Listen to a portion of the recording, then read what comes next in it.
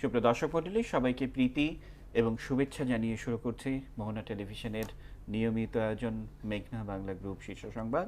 আজকের শীর্ষ সংবাদ একটু বিশেষ শীর্ষ সংবাদ। আপনারা জানেন যে দেশ জুড়ে আজ পালিত হয়েছে জাতির জনক বঙ্গবন্ধু শেখ মুজিবুর রহমানের ৩৭তম মৃত্যুবার্ষিকী।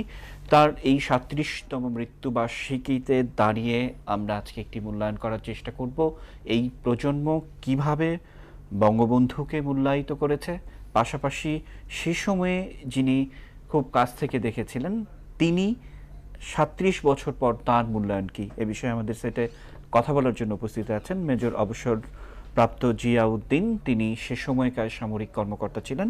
এবং আরও উপস্থিত রয়েছেন জনাব মুস্তফা জব্বার।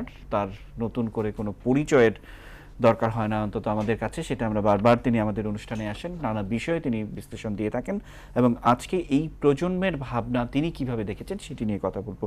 আমরা এই অনুষ্ঠানে আজকে আমরা শিরোনাম দেখাতে চাই না, আমরা শিরোনাম না দেখিয়ে মূলমূর্তি আলোচনায় ফিরে যেতে চাই। আমি শুরুতেই করতে চাই জনাব মোস্তফা জব্বার, আপনাকে দিয়ে শুরু করতে চাই। আমি অনুষ্ঠানের শুরুতে বলেছিলাম যে আমরা যেভাবে যে ভঙ্গিতে আমরা দেশ জুড়ে আজকে জাতীয় শোক দিবস পালিত হয়েছে, বিশেষ করে এই প্রজন্মের যে আমরা চেতনাগত দিকটি দেখতে পেয়েছি, আপনি কোন দিকটি আলোচনায় উঠিয়ে আনতে চান? ধন্যবাদ প্রণব। যে আসলে আমরা আমাদের একেবারে যখন তারুণ্য এবং যৌবন, তখন বঙ্গবন্ধুর শিষ্য হয়েছে একজন বাঙালি যিনি সত্যিকার অর্থেই বাংলাদেশকে পৃথিবীর বুকে প্রতিষ্ঠিত করেছেন। সেই মানুষটিকে আমি অন্তত ৬৬ সাল থেকে দেখে আসছি এবং তার মৃত্যুর পরেও ৩৭টি বছর গেছে। এবং এই ৩৭টি বছর পরে যখন আমরা আমাদের নতুন প্রজন্মের ছেলে মেয়েদের কাছে তার সম্পর্কে জানতে চাই, জিজ্ঞেস করি, তখন তাদের উপলব্ধিটা এক ধরনের মিশ্র মনে হয় আমার কাছে। প্রথমত এই পার্সপেক্টিভটা আমাদের মনে রাখা দরকার যে বঙ্গবন্ধুর ৩.৫ বছর এই দেশটি পরিচালনা করেছেন এবং তার আগের যে সময়টি, সেই সময়টি আসলে আমাদের কাছে খুব স্বর্ণোজ্জ্বল সময়। মানে যখন তিনি বাংলাদেশের জন্ম নেয়ার আন্দোলনটি করেন, সেই সময়টি একটি ক্যারিশম্যাটিক নেতৃত্ব, বিশ্বজুড়ে তার সেই বিষয়টি স্বীকৃতি বেশি পেয়েছে। ৭৫ থেকে এর পরে কিন্তু ২১ বছর বঙ্গবন্ধু অনুপস্থিত ছিলেন। অর্থাৎ ৭৫ পরবর্তীকালে যে প্রজন্ম বড় হয়েছে, সেই প্রজন্ম বঙ্গবন্ধুর নামও শোনেনি। এরপরে একটু আওয়ামী লীগ যখন ক্ষমতায় এসছে, তখন বঙ্গবন্ধুর সম্পর্কে জানতে শুরু হয়েছে।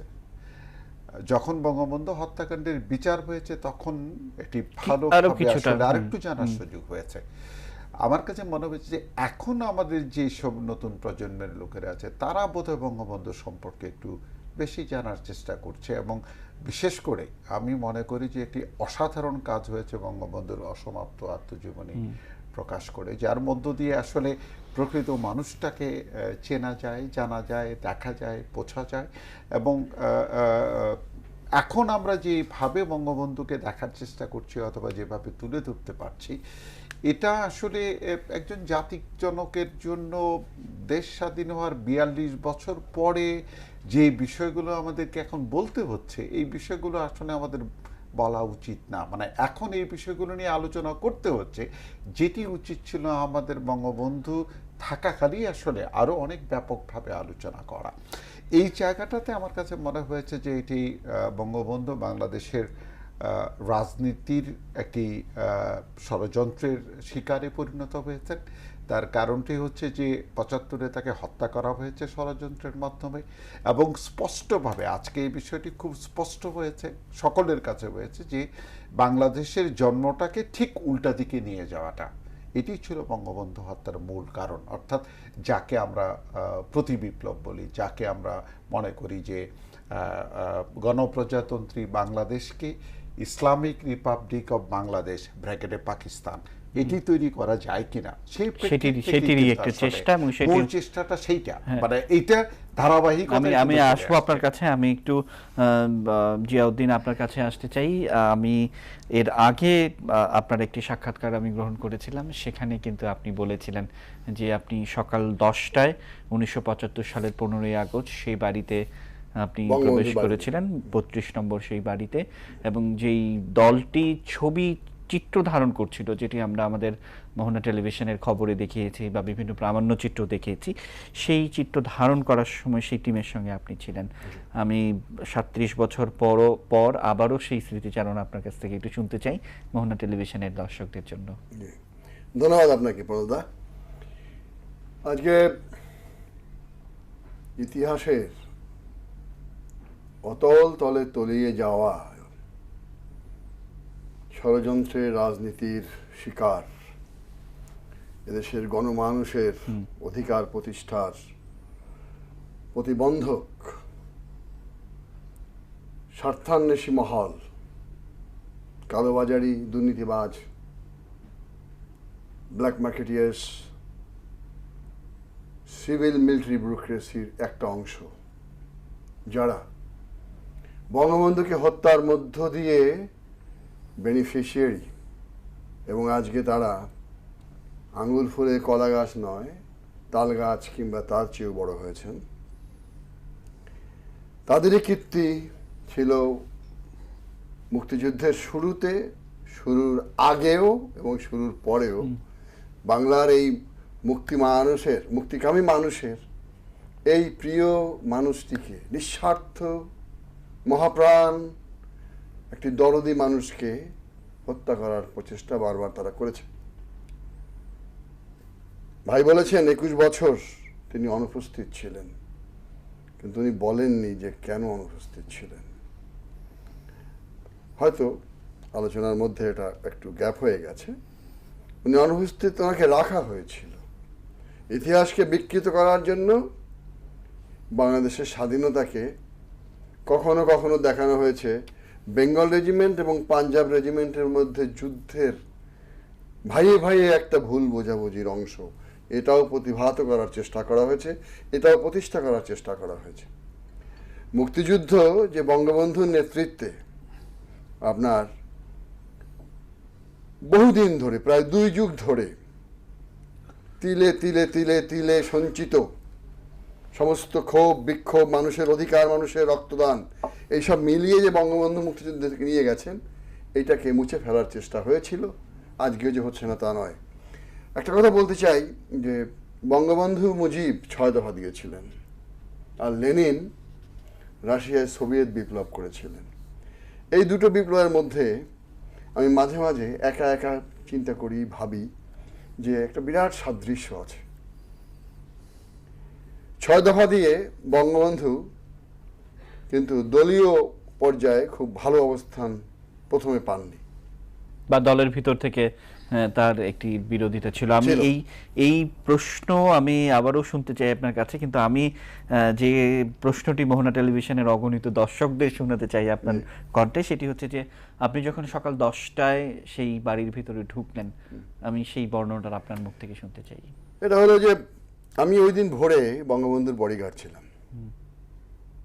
মানে ডিউটি রোস্টার অনুযায়ী আপনার বডিগার্ড হওয়ার কথা ছিল? এটা বঙ্গবন্ধুর বিশেষ প্রোগ্রাম ছিল আপনার ঢাকা বিশ্ববিদ্যালয়ে। 8টা থেকে আমি বঙ্গবন্ধুর বডিগার্ড হিসেবে কাজ করব।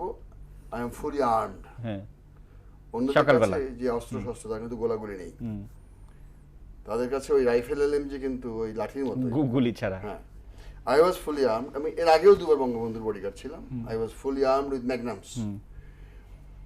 তো সকালে যখন আমি বেরিয়ে যাচ্ছি ডিউটিতে, আগেই তো সব করা। 14 তারিখে ছোট্ট একটা ঘটনা বলে রাখি। 14 তারিখ ইউনিভার্সিটির লাইব্রেরিতে বোম ব্লাস্ট হলো, মনে আছে? আপনি তো তখন অল্প, মানে আমাদের জন্ম হয়নি। 2টো বোম ব্লাস্ট হলো, আপনার মনে আছে? এই 2টো বোম ব্লাস্টের পরেই আমি আমার সৈনিকদের নিয়ে ইন সিভিল ড্রেস শাসা করে জিপ নিয়ে, মোটরসাইকেল নিয়ে গিয়ে ঘিরে ফেললাম, দেখলাম, উপাত্তগুলো সংগ্রহ করলাম, ইত্যাদি ইত্যাদি। তারপরে আবার ফিরে আসার সময় আমি দেখি যে টিএসসির সামনে আপনার সমস্ত বামপন্থী দলের ছাত্রদের একটা হই হুল্লোড় এবং একটা ফুর্তি আমোদ এর মধ্যে তারা। এইটা আমার খুব খারাপ লাগলো।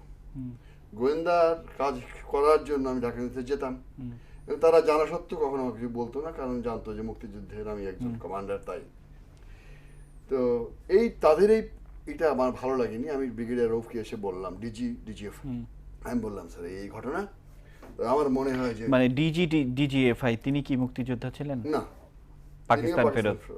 ব্রিগেডিয়ার রৌফ, তাকে বলা হতো যে he is a very loyal man to Bangabandhu Sheikh Mujibur Rahman. ওনাকে বললাম যে স্যার এই স্প্লিন্টার ইত্যাদি পাওয়া গেছে, তো আমার মনে হয় president should cancel his programme to the university. আমাকে একটা কড়া ধমক দিলেন, তোমার কথা প্রেসিডেন্টের প্রোগ্রাম হয় নাকি? কথাটা সত্য, প্রেসিডেন্টের প্রোগ্রাম হয়ও না, ক্যান্সেল হয় না একজন মেজরের কথায়। যাই হোক, 15 আগস্টে ফিরে আসি। এর মধ্যে অনেক ঘটনা। 15 আগস্ট প্রথম প্রহরে আমি যখন জানলাম যে বঙ্গবন্ধু নিহত হয়েছেন, ইউনিভার্সিটির মধ্যে গিয়ে জাদুঘরের সামনে বসে, তারপরে ব্রিগেডিয়ার রৌফকে আর্মি হেডকোয়ার্টার জেনারেলদের মধ্যে পাঠানো, কারণ তাকে হত্যা করার পরিকল্পনা ছিল, মানে ব্রিগেডিয়ার রৌফকেও। কারণ আমরা ডিজিএফ এর পক্ষ থেকে একটা মেসেজ ইন্টারসেপ্ট করছিলাম যে বঙ্গবন্ধুকে এভাবে হত্যা করার একটা পরিকল্পনা চলতেছে। এইটা আমরা বঙ্গবন্ধুকে দেওয়ার পরে, আমি না ডিজি দেওয়ার পরে টপ সেক্রেট চিঠি, এইটা চিঠিটা বঙ্গবন্ধু পড়ার আগে তার অফিসে কেউ পড়ে ডালিমের বাসায় ফোন করে দিছে। তো ডালিমের বাসায় ফোন করলে ও মনে করছে ডালিমের বাসায় ফোন টোন করলে অসুবিধা নেই, কিন্তু ওরা যে আমরা বাগিং করছি, টেপ করছি, এইটা সে বুঝতে পারেনি। যাই হোক, এই নিয়ে অনেক ব্যাপার। তো শেষ পর্যন্ত ব্রিগেডিয়ার রৌফকে ভোরবেলা নিয়ে গেলাম ডিজে। এটা ব্রিগেডিয়ার রৌফের একটা ইন্টারভিউ আছে বিচিত্রায়, উনি স্বীকার করেছেন যে আমাকে ফোর্স করে আর্মি হেডকোয়ার্টার নিয়ে জেনারেলদের মধ্যে বসিয়েছে যাতে আমাকে হত্যা করে না করে। এরপরে অফিসে ফিরে এসে আমাদের সোর্স তো বিভিন্ন রিপোর্ট আসছে, আমরা সেগুলোকে স্ক্যানিং করছি, সামারাইজ করছি ইত্যাদি। এর মধ্যে তখনকার মেজর দৌলা এবং মেজর মাহমুদুল হাসান, পরে যিনি জেনারেল মাহমুদুল হাসান কালা হিসেবে পরিচিত ছিলেন, ডিজিএফআই চিফ ছিলেন পরে, এবং মেজর দৌলা ব্রিগেডিয়ার হয়েছিলেন। ওরা এসে আমার অফিসের দরজার সামনে দিয়ে পর্দা সরিয়ে বলে, এই জিয়া তুমি তো অফিসে? আমি বলছি স্যার। বলে যাবে নাকি বঙ্গবন্ধু বাড়ি ছবি তোলার পারমিশন পেয়েছে? আমি দেখলাম যে একটা বিরাট সুযোগ, বঙ্গবন্ধু বাড়িতে কি ঘটছে এটা আমার জানাই উচিত, ইতিহাসে একদিন হয়তো এই কথাগুলো দরকার। তো আমি রাজি হলাম, আমার জিপে আমি চলছি। একজন মেজর এসেছিল মুক্তিযোদ্ধা, সে আমার অফিসে ছিল। হ্যাঁ, তো সে আবার বললো স্যার আমি একটু চলি সাথে, চলো। আমরা স্ট্রেট, তখন তো কারফিউ কিছুই নেই গাড়ি ঘোড়া, আমরা স্ট্রেট বঙ্গবন্ধু বাড়ি চলে গেলাম। গিয়ে প্রথমে দেখলাম রিসেপশনের যে রুমটা, মানে ওয়্যারলেস রুম যেটা, যেখানে একজন ডিএসপি ভদ্রলোক মারা গেছেন, ওই রুমেই শেখ কামালের ডেড বডিটা পড়া, এবং একটা হালকা একটা কম্বল দিয়ে প্রায় বডিটা ঢাকা, কিন্তু মুখটা পরিষ্কার এবং পা দিকটাও দেখা যায়। বেশ অনেকগুলো গুলিবিদ্ধ। আপনারা ছবি তুললেন? ওরা ছবি, কাজ ওদের, ওরা তুলছে। এর পরের রুমটাই আপনার শেখ নাসের, পরের বাথরুমটায় গিয়ে ওকে অত্যাচার করে তারপর গুলি করছে। এই পর্যন্ত আমরা জেনেছি। কেমন জেনেছি আমি সেই রেফারেন্সটা পরে বলছি। এরপরে যাচ্ছি বঙ্গবন্ধু দোতলায়, তো আমি এবং ওই মেজর মাসুদ, তার নাম, মুক্তিযোদ্ধা, সে কামালদের ব্যাচের এক ব্যাচের অফিসার, আমি এবং সেই অফিসার পিছনে উঠছি, কারণ আমাদের ছবি তোলার তো কাজ নেই, আমার কাজ হচ্ছে দেখা যে কি হলো। তো আমরা পিছনে উঠতে গিয়ে দেখলাম যে বঙ্গবন্ধুর dead body 3rd or 4th stair, সিঁড়ির মধ্যে ওইভাবে নীল সাদা চেকের লুঙ্গি এবং একটা পাঞ্জাবি পরা, গেঞ্জিটাও ছিল, গেঞ্জিও ছিল, স্যান্ডো গেঞ্জি, পাঞ্জাবি। ওনার রক্ত বেয়ে সিঁড়ি থেকে নেমেছে। আমি মেজর মাসুদকে বললাম যে সাবধান, বঙ্গবন্ধুর রক্তে অন্তত পায়ের দাগ লাগায় না, এভাবে আমরা সাবধান হয়ে উঠি। উঠতে গিয়ে কাছে গিয়ে দেখলাম যে বঙ্গবন্ধুর এই আঙুলটা উঠে গেছে, যেটা দিয়ে গুলিতে ঝাঁঝরা হয়ে এই আঙুলটা ছিঁড়ে গেছে, যেটা তিনি বলেছিলেন এবারে সংগ্রাম। দেখার পরে তারপর উপরে উঠলাম, উপরে উঠে দেখি বঙ্গবন্ধুর বেডরুমে বেডের পাশে বেগম মুজিবের লাশ। এটা ঘাতকদের একজন আমাকে বললো যে পাশা আমাকে বললো, জিয়া দেখো, আসো বেগম মুজিবের লাশ দেখো। আমি বললাম না, দেখবো না। আমি অনেক কথা আমি, আমার চারিত্রিক দুর্বলতা হচ্ছে, বুকের মধ্যে রাখতে পারি না, বেরোয় যায়। আমি বললাম যে কোনো মহিলার গায়ে বুলেট বিদ্ধ করার মধ্যে কোনো বীরত্ব আছে আমি মনে করি না, কাজে আমি মহিলাদের বই দেখবো না। এরপরে শেখ কামাল, জামাল, এদের রোজি এদের বই আমি দেখলাম না দেখে নিচে নেমে আসলাম। ওরা ছবি তুলছেন, মাহমুদুল হাসান এবং ব্রিগেডিয়ার দৌলা ছবি তুলছেন। আমি নিচে সুপ্রিয় দর্শক মণ্ডলী, বিরতির পর আবারও স্বাগত জানাচ্ছি মেঘনা বাংলা গ্রুপ বিশেষ এই শীর্ষ সংবাদে। বিরতির আগে কথা বলছিলাম মেজর অবসরপ্রাপ্ত জিয়াউদ্দিন। আপনি ব্রাসেলের বিষয়টি যদি আমাদের মোহনা টেলিভিশনের দর্শকদের জন্য আবার একটু বলেন। বিষয়টি এমন ছিল যে বঙ্গবন্ধুকে হত্যা, বেগম মুজিবকে হত্যা, বঙ্গমাতা বেগম মুজিব, যার অনেক অবদান রয়ে গেছে এই বাংলার স্বাধীনতার বিভিন্ন আন্দোলনে এবং মুক্তিযুদ্ধে,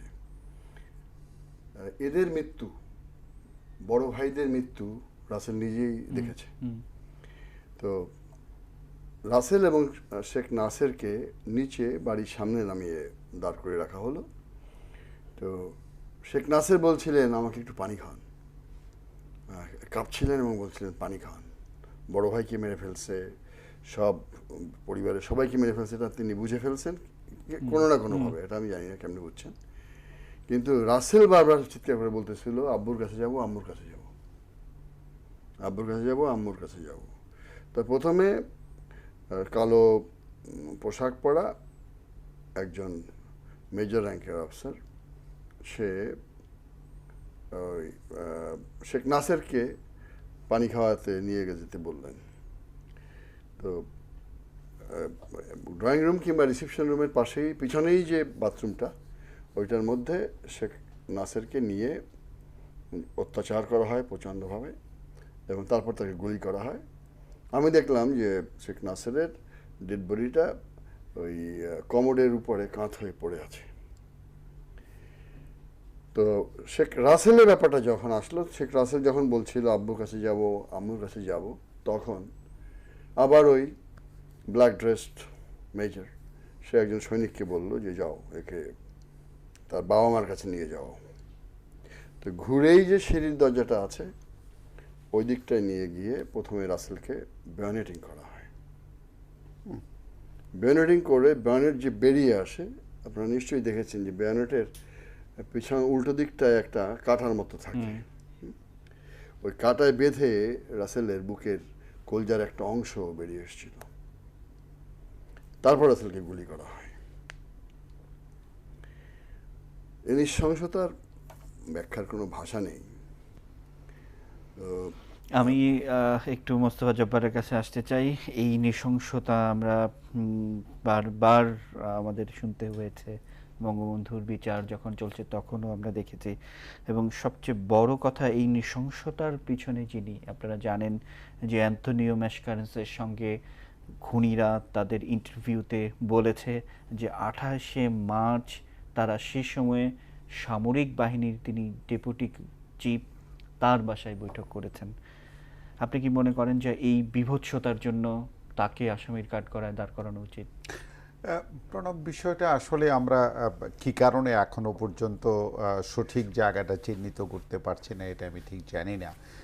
একটি কারণ হতে পারে যে মরহুম জিয়াউর রহমানের একটি রাজনৈতিক দল আছে এবং রাজনৈতিক দলটি আমাদের স্বাধীনতা বিরোধী যারা ছিল তাদের পুনর্বাসন কেন্দ্রে পরিণত হয়েছে, আওয়ামী লীগ বিরোধী যারা আছে তাদের পুনর্বাসন কেন্দ্রে পরিণত হয়েছে। এবং যেহেতু রাজনৈতিক শক্তিটি বড়, সেই কারণে আসলে আমরা এই জায়গাটা চিহ্নিত করতে ব্যর্থ হচ্ছি যে আসলে আমরা যাদেরকে খুন করতে দেখেছি, যারা ওই রকম রাসেলকে ব্যানর দিয়ে খুঁচিয়ে হত্যা করেছে এবং যারা এই 17 জন মানুষকে একসাথে হত্যা করেছে, তাদেরকে আমরা খুনি দেখি। কিন্তু খুনের পেছনে আসলে আরেকটু খুঁজে বের করা দরকার যে বেনিফিশিয়ারিটি কে।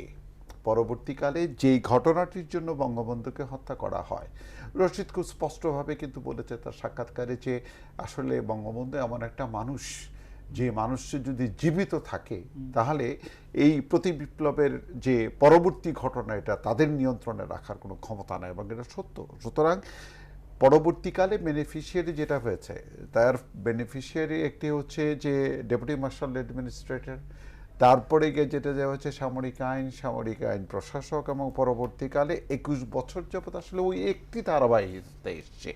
অতএব এই জায়গাটাতে কারো কোনো সন্দেহ থাকার কোনো অবকাশ নাই। যদি পরবর্তী রাজনীতিটা ব্যাখ্যা করা হয়, একটু সময় লাগবে, সেই জন্য ব্যাখ্যা করব না আমি, তাহলে বুঝতে হবে যে সুস্পষ্টভাবে পরিকল্পিতভাবে মার্চ মাসে যখন বলে দেওয়া হয়েছে গো অ্যাহেড, তখন আর বাকি থাকে কি, মানে এই লোকটি অথবা এই রাজনৈতিক ধারা আজকে যেটি দেখতে পাচ্ছি তারা এই যে পুরো প্রক্রিয়ার সাথে যুক্ত এবং এই ওই যে বলে না হুকুমের আসামি, তাহলে তো হুকুমের আসামি হিসেবে সেই মানুষটিকে দাঁড় করাতে হবে যিনি গো হেড বলেছেন। আমি আবারও আসবো আপনার কাছে জনাব জিয়াউদ্দিন। সামরিক বাহিনীর ভেতরে এই হত্যাকাণ্ডের পর তখন কি প্রতিক্রিয়া আপনি দেখেছিলেন? প্রতিক্রিয়াটা সারপ্রাইজড অ্যান্ড পাজলিং অ্যাকশনটা হয়েছিল। সেনাবাহিনীতে যুদ্ধবিদ্যা একটা কথা আছে, if you can achieve surprise and give shock, তাহলে প্রতিপক্ষ একটা পাজলিং অ্যাকশনের মধ্যে পড়ে যায়, যেটা জেনারেল শফিউল্লাহর ক্ষেত্রে হয়েছে এবং অন্যান্য যারা সিনিয়র অফিসার সেনাবাহিনী তাদের ক্ষেত্রে যেটা হয়েছে যে তারা মানে shocked and surprised and puzzled হয়ে গেছে, যা আমি তাদেরকে দেখেছি। এটা হওয়ার যথার্থ কারণ আছে, কারণ এটা ভাবাও যায় নাই যে বঙ্গবন্ধুকে এভাবে হত্যা করা যায়। অথচ আপনি দেখবেন যে আজকের পত্রিকায়ও আছে যে আপনার আমেরিকা এবং ভারত দু দেশেরই গোয়েন্দারা বঙ্গবন্ধুকে বলছিলেন যে আপনাকে হত্যার পরিকল্পনা হচ্ছে। ভারতীয় গোয়েন্দাদের প্রধান যখন এসে বঙ্গবন্ধুকে বললেন যে আপনাকে এরা এরা হত্যা করতে পরিকল্পনা করছে, মানে ভাবলে অবাক হতে হয়। বঙ্গবন্ধু উত্তর দিয়েছিলেন যে ওরা তো আমার সন্তানের মতো। এটা ঠিক, এরপরে তো আর আসলে কিছু বলার থাকে না। আমরা অনুষ্ঠানের একেবারে শেষ পর্যায়ে জনাব মোস্তফা জব্বার এবং জিয়াউদ্দিন, আমি দুজনকে একটি কমন প্রশ্ন দিয়ে আজকের এই অনুষ্ঠান শেষ করতে চাই। আমি শুরুতেই জনাব মোস্তফা জব্বার আপনাকে বলতে চাই যে ইতিহাসের দায়, ইতিহাসের শেখ মুজিবুর রহমান এবং ইতিহাসের শ্রেষ্ঠ বাঙালি, বঙ্গবন্ধুর অবস্থান কি আসলে এখানেই থাকবে এবং জীবিত বঙ্গবন্ধুর চেয়ে মৃত বঙ্গবন্ধু কতটা শক্তিশালী? এই প্রশ্নটি আমি সবাইকেই করে থাকি। আমি যেটি বুঝি সেটি হচ্ছে যে আমরা বঙ্গবন্ধুর নেতৃত্বের বেনিফিশিয়ারি, একটি স্বাধীন দেশের নাগরিক হিসেবে আজকে যে কথা বলতে পারছে, যে শ্রদ্ধা নিবেদন করতে পারছে, সেই হিসাবে বলি ইতিহাসের পাতা যতটুকু কেটে দেখেছি একটি শেখ মুজিবুর রহমানের জন্ম এর আগে কোনোদিন হয়নি। সুতরাং ওই একটি শেখ মুজিবুর রহমান, আমি বিশ্বাস করি আমার নিজের দিক থেকে, আমার জীবদ্দশায় তো দেখে যাবই না, আমি মনে করি বাঙালি জাতির ইতিহাসে তিনি কেবল যে সর্বকালের সর্বশ্রেষ্ঠ বাঙালি সেটি নন। আমার কাছে মনে হয়েছে যে বাঙালিদের নেতৃত্ব দেওয়ার মতন মানুষ ইতিপূর্বে কখনো এরকম একজন জন্মাননি, ভবিষ্যতে জন্মাবেন কিনা আমি জানি। আমি একই প্রশ্ন আপনার কাছে। আমার উত্তরটা এরকম যে বঙ্গবন্ধু মৃত্যুর 2-4 মাসের মধ্যে যতগুলো জনসভা করেছেন সব জায়গায় কিন্তু উনি বলেছেন দুর্নীতিবাজ, কালোবাজারি, ব্ল্যাক মার্কেটিয়ার এদেরকে সমাজ থেকে উচ্ছেদ করতে হবে। বঙ্গবন্ধু চলে গেছেন, তিনি মৃত হন, জীবিত হন, বাংলার মানুষের বুকের ভেতরে তার অস্তিত্ব চিরস্থায়ী থাকবে। আমরা বঙ্গবন্ধুর উদ্দেশ্যে তার স্মৃতির প্রতি শ্রদ্ধা জানিয়ে সুকান্তের একটি কবিতার একটা অংশ বলবো। আজকে বাংলাদেশ কালোবাজারি, দুর্নীতিবাজ,